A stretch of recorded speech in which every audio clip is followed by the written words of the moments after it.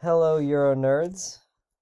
By popular demand, I decided to make a recording of this how to analyze documents in AP Euro DBQs, especially for those who may have missed instruction because of a whole bunch of reasons. So I'll try and make this as concise as possible. So first things first, this is just a guide on how we analyze documents in the DBQ. It is not a how to write a DBQ podcast. This is just on how we analyze documents using something we call CAP POV. Other APO programs may call it POV Plus or Hippo, but we're going to use CAP POV because that's what I've always used. So it's just for the documents. This is not a full scale how to write a DBQ by any means. So here we go. So first and foremost, in the document-based question essay, one aspect is going to involve what we call sourcing the documents, explaining how these other issues may impact the way it was written or the meaning of the document or something of that nature. So in the AP Euro DBQs, there are 7 documents every single time. You need to analyze the source, what we'll call basically CAP POV, correctly 3 times in order to score 1 point out of 7 on the rubric. So full disclosure, it's actually a lot of work to get 1 point out of 7 on the rubric, but regardless, I actually do think it's a pretty cool skill to learn and get good at. And additionally, what you'll learn here is going to be used again in APUSH next year. All of the writing skills are identical in AP Euro as they are in APUSH. Okay. So I basically go through each part of how we analyze these documents and give you an explanation of what it means and additionally good and bad examples. So it's going to take time. You need to be patient with yourself.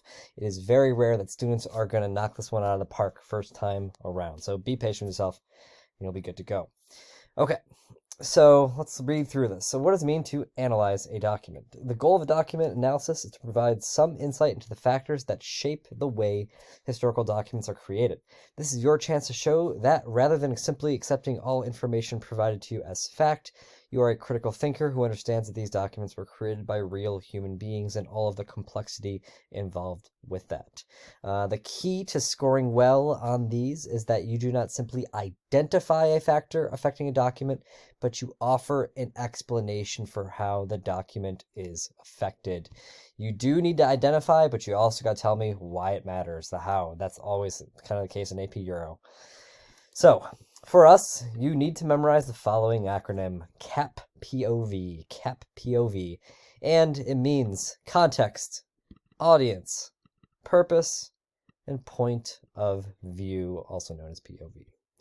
All right, so let's start with context. Context means you are providing relevant historical background information not found in the document that helps explain why the document was written or why it says what it does. Overall, think big picture and its themes, how the themes impact the document. This is where knowing dates actually comes in handy. Note, contextualizing the document needs to be separate from contextualizing the entire essay. So in the actual DBQ, you do need to contextualize the entire prompt, just like you do with the LEQ, but you can actually contextualize the document as a form of sourcing, but they are considered separate. And as always, we cannot double dip in AP Euro. All right, so let's look at some bad examples. So first, I show you an example with the Peasant Wedding, the Peasant Wedding by Bruegel. So let's look at that quick to remind yourself. All right. Thank you, Google Arts and Culture, for being awesome as usual. So, this is a typical Northern Renaissance painting by Peter Bruegel the Elder. We know that in Northern Renaissance, art often showed elements of everyday life. What are regular people doing in this time period? And Bruegel was particularly well known for showing that. And here we have quite literally a wedding for peasants. So you don't see extravagance. You see like typically what a wedding would look like for your average peasant. We got whatever is going on here with some orangey soup, I'm assuming. I don't know, I'm gonna go with soup. It's guy's pouring down some beer, giving it to a little kid. Great idea. Makes sense, though, when your water will probably kill you. So there's our context here. Well, our idea. So let me show you a poor example of an attempt at context. So Peter Bruegel's The Peasant Wedding focuses on the daily life of average people. Is this true? Yes, it is. You do need to state, you do have to kind of describe the painting in this case, or describe whatever the document is, but that is not enough. So here's the student's attempt at, this actually is kind of closer to POV, to be completely honest, but it still doesn't work. So this says, this makes sense because he was Dutch. So please never write a sentence like that. It is just bad writing. It is not an attempt at analysis. It is a waste of time. Never write anything remotely like this. Don't say, this makes sense because he was a king. This makes sense because she was a woman. None of that. Don't do it. What are we looking for? This is a correct example of context. Bruegel's focus on the daily life in the peasant wedding is a part of the Northern Renaissance tradition. Far from the wealthy patrons of Italy and the influence of the church, Northern artists were more free to focus on the typical experiences of average people. So I'm looking at this. This is a 2-sentence response. On average, you can nail cat POV in about 2 sentences. You can maybe do 1 sentence if it's just really good. Probably could be a run-on sentence, honestly. 2 sentences is kind of a sweet spot. 3 sentences, sure, why not? But again, our DBQ is timed. You only have an hour to read the documents and write it. So I don't think you're going to have much time to consistently write 3 sentences or more for cat POV. So I would say the sweet spot's 2 sentences. So again, here we identify the issue, we identify the thing, which is Northern Renaissance is the larger context, and then explain how this is part of that wider context. All right, let's go to another example with Machiavelli. Bad example. Machiavelli's The Prince provides instructive examples on how a ruler should maintain power. Is that true? Yes.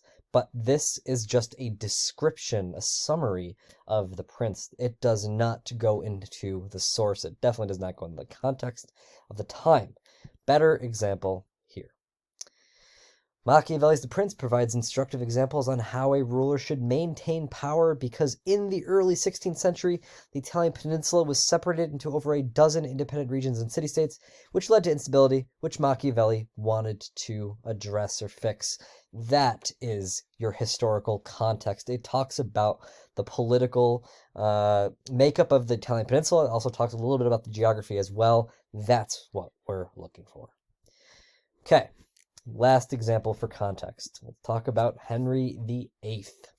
So King Henry VIII nationalized all Catholic Church lands and then sold the majority of it to English nobles to make money. Is that true? Absolutely is. Does that work? No. So this student has only, by student I mean me, has only identified or summarized the issue. It is not talking about the why or anything of that nature. This is a much better response. Prior to King Henry's famous dissolution of the monasteries, where he nationalized and sold church land, the king's treasury was depleted as a result of fighting many wars against the French, Scottish, and Irish. Additionally, unlike his father, Henry VIII was not frugal and spent the state's money on lavish castles. So here would have absolutely done the trick. Again, that is 1 sentence in this case, although it is a fairly complex sentence. I was also like, maybe it's kind of on the line. I just wanted to cover my butt. So I did add in an additional piece of context. This could very potentially have also been a standalone attempt at context, and it probably would have gathered the point there. So there you go with good and bad examples of context. Let's go to the next part, audience. Audience is all about recognizing that the intended audience of a piece has an effect on what is said. Example, if one of your parents asks you, how was your day? How was school? Do you give them the same response when your friend asks? Probably not.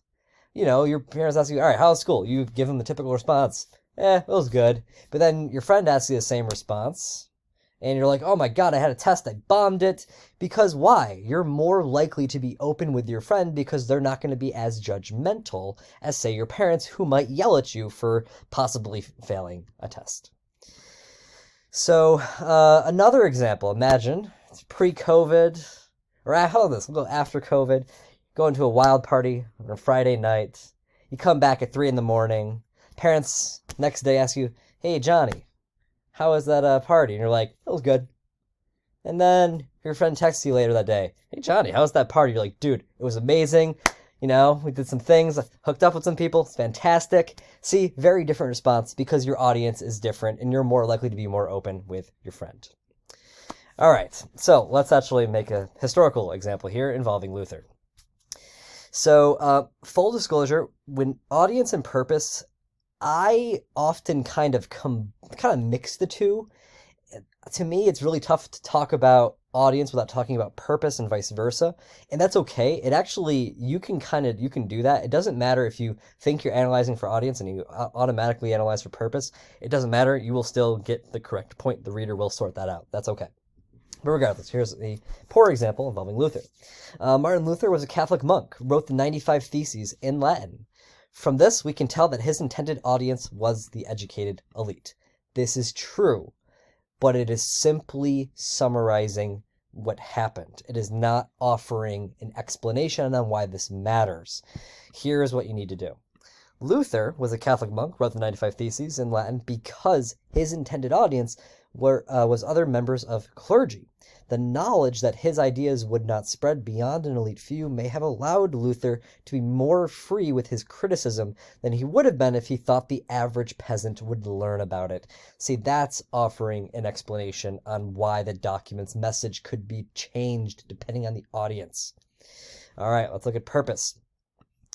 As with audience, the focus here is on the intent of the author. Another word I like to use for purpose is motive. What does the author want his audience to think? What does he want them to do? It's very common that audience and purpose are combined, and that's okay. Talking about one almost always leads to a discussion of the other. Remember, you can't just identify the purpose. You have to explain how it affects what the author says. All right, let's do a little bit of a Euro/A-push example here with Paul Revere. So Revere's engraving of the Boston Massacre shows innocent civilians being shot by British soldiers in cold blood. He made this to show everyone in the colonies what was happening. All right, so let me Google this for you. Paul Revere, Boston Massacre. Okay. Here we are. I'll use this one. So just remind yourself, Boston Massacre. British soldiers were fired upon. Sorry, they fired upon colonists. They killed, I think it was 5 or 6 people. And yes, there was a dog present. I believe the dog was fine. Don't worry. So, anyways, Revere engraves this. So, what was his motive? What was his purpose for doing this? So this person, this person says, it's just to show everyone in the colonies what was happening. Okay, yeah, probably, but that's like very surface level. That's not really analysis. This is what you got to do. Revere's engraving of the Boston Massacre deliberately exaggerated the violence involved and the nature of the conflict in Boston, and here's the key part, in order to stir popular anger against the British. That's the kicker right there. That's his true motive, is to make more and more people angry at British colonization because it would inevitably lead to independence. All right, let's look at Jacques-Louis David's Napoleon Crossing the Alps.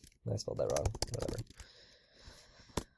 So, just in case you don't remember what this painting was about, it's a neoclassical painting by the court painter to Napoleon, who also, fun fact, was a member of the Jacobins during the revolution itself. So again, his whole idea is to make Napoleon look heroic, blah, blah, blah. We get it. So, bad example first. In David's portrait of Napoleon, Crossing the Alps, David portrays Napoleon as physically larger than life. Is that true? Yes. Does it tell me why it matters? No. Better example. In David's portrait of Napoleon, Crossing the Alps, David portrays Napoleon as physically larger in order to show the strength of the new emperor, which would inspire more people to follow him. That's the key. That's what we want to hear. All right. Last one, point of view. Oh, one side note. So I graded the AP Euro DBQs last year, and I probably graded like 600 of these things. What I found as a reader was that the students who used audience and purpose as their most common form of CAP POV generally did not do well.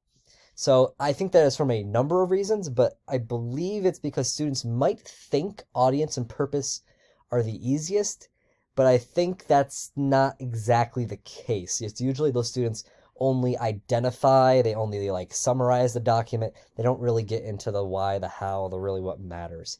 So personally, I prefer context, and I'm about to explain point of view. So what you'll find is you might pick a favorite one that you're particularly good at, and that's fine. You can literally analyze for context for all 7 documents. Doesn't matter. So just find the ones that you're really good at and probably stick with them. And additionally, some documents might lend themselves to a certain part of CAT POV better than other. So let's get to the last one, point of view. Point of view focuses on what you know about the author and how that information helps you interpret what the author says. You can usually get everything you need from the short description of the author that is included with a document. Typical analytical categories include the profession of the person, nationality, social class, race, gender, religion. Once again, it is not enough to identify the author. You have to explain how the author's point of view affects what they say. So let's go back to the French Revolution with Olympe de Gouges. Bad example. The Declaration of the Rights of Women and the Female Citizen by Olympe de Gouges was a direct response to and criticism of the exclusion of women from the rights enjoyed by men in France. It makes sense that de Gouges felt this way because she was a woman. Once again, please never write that, ever. It's horrible. Don't do it. So the first part, that does summarize the document, but it is not sourcing it. It is not telling me why this person's perspective matters. Here's a correct example. De Gouges, a French philosophe that initially supported the revolution, wrote the Declaration of the Rights of Women and the Female Citizen to criticize the exclusion of women from civic life. True, it still would not be enough. De Gouges' disillusionment with the male-dominated revolution was a result of her own exclusion from politics on account of her gender, which led to her outspoken position. That is the key right there, that last section. Personally felt the exclusion and is advocating for change. All right. So, again, this is going to take practice, and you need to be patient with yourself. Mr. Walters and myself, we're going to probably give you additional suggestions on what you need to do when you're writing about CAT POV actually in your essay, but that's going to be for another time. So thanks for listening. Have a good one.